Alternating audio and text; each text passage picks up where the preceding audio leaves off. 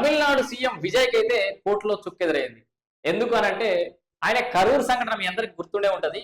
ఎన్నికల ప్రచారం ముందు అంటే సీఎం కాకముందుకు ఎన్నికల ప్రచారంలో కరూరులో ఘోరమైన తొక్కిసలాట జరిగింది. చాలా మంది ప్రాణాలు కోల్పోయారు. ఎందుకంటే ఉదయం నుంచి సాయంత్రం దాకానో, మధ్యాహ్నం దాకానో చాలా మంది ఎండలో వెయిట్ చేయించి ఈయన చాలా లేట్‌గా రావడం వల్ల దాహానికి కింద మీద ఈ వాటర్ ప్యాకెట్స్ తొక్కిసలాట అయి చాలా మంది ప్రాణాలు కోల్పోయారు. అయితే అదృష్టం బాగుండి ఈయన ముఖ్యమంత్రి అయ్యాడు.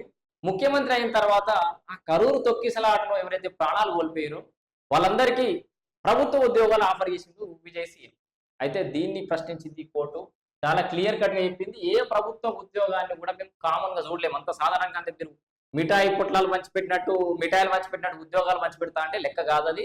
మీరు రాజ్యాంగానికి, నిబంధనలకు అన్నిటికి లోబడి ప్రభుత్వం పనిచేయాలని చెప్పేసి అయితే గట్టిగా చెప్పింది. కరూరు బాధిత కుటుంబాలకు ఇచ్చిన సర్కారీ కొలువులను రద్దు చేసి పడేసింది. సో, ఈ సందర్భంగా ముఖ్యమంత్రి కూడా అడుగుతున్నా, అది ఇప్పుడు మీరు ముఖ్యమంత్రి కావచ్చు.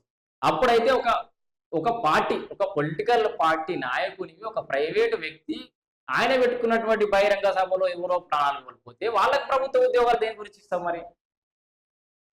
ఇంకేదో ప్రభుత్వానికి సంబంధించిన ఏదో కార్యక్రమంలోనో, లేకపోతే ఇంకేదో అంశంలోనో, దేశం కోసమో, రాష్ట్రం కోసమో, ఇంకేదైనా అంశంలో అనుకోని సంఘటనల ద్వారా ప్రాణాలు కోల్పోయారంటే వేరే విషయం.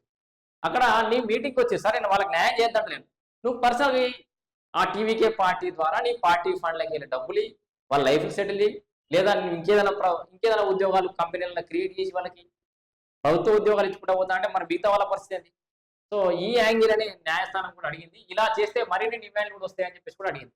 ఇప్పుడు మీరు ఇచ్చుకుంటా పోతే తర్వాత కూడా వస్తాయి. మరి ఏ ముఖ్యమంత్రి వస్తే ఆ ముఖ్యమంత్రులు నా పార్టీ మీటింగ్‌లో కూడా చచ్చిపోయిండు. ఇప్పుడు ఏడ పడితే ఆడ బహిరంగ సభలు పెట్టడం కామన్ అయిపోయింది. తొక్కిసలాట అయ్యి జనాలు చచ్చుడు కూడా మీకు కామన్ అయిపోయింది. ఇంత సంఘీభావం ప్రకటిస్తారు, ట్విట్టర్‌లో పోస్ట్ పెడతారు. మరి ఇట్లా మీరు పార్టీ మీటింగ్‌లు పెట్టి జనాల ప్రాణాలు తీసి వాళ్ళకు ఉద్యోగాలు ఇచ్చుకుంటా పోతా అంటే సో, విజయ్ గారు దీని మీద పునరాలోచించాలి. ఎట్లాగో కొలువులు రద్దు చేసింది ఆల్రెడీ కోర్టు గాని.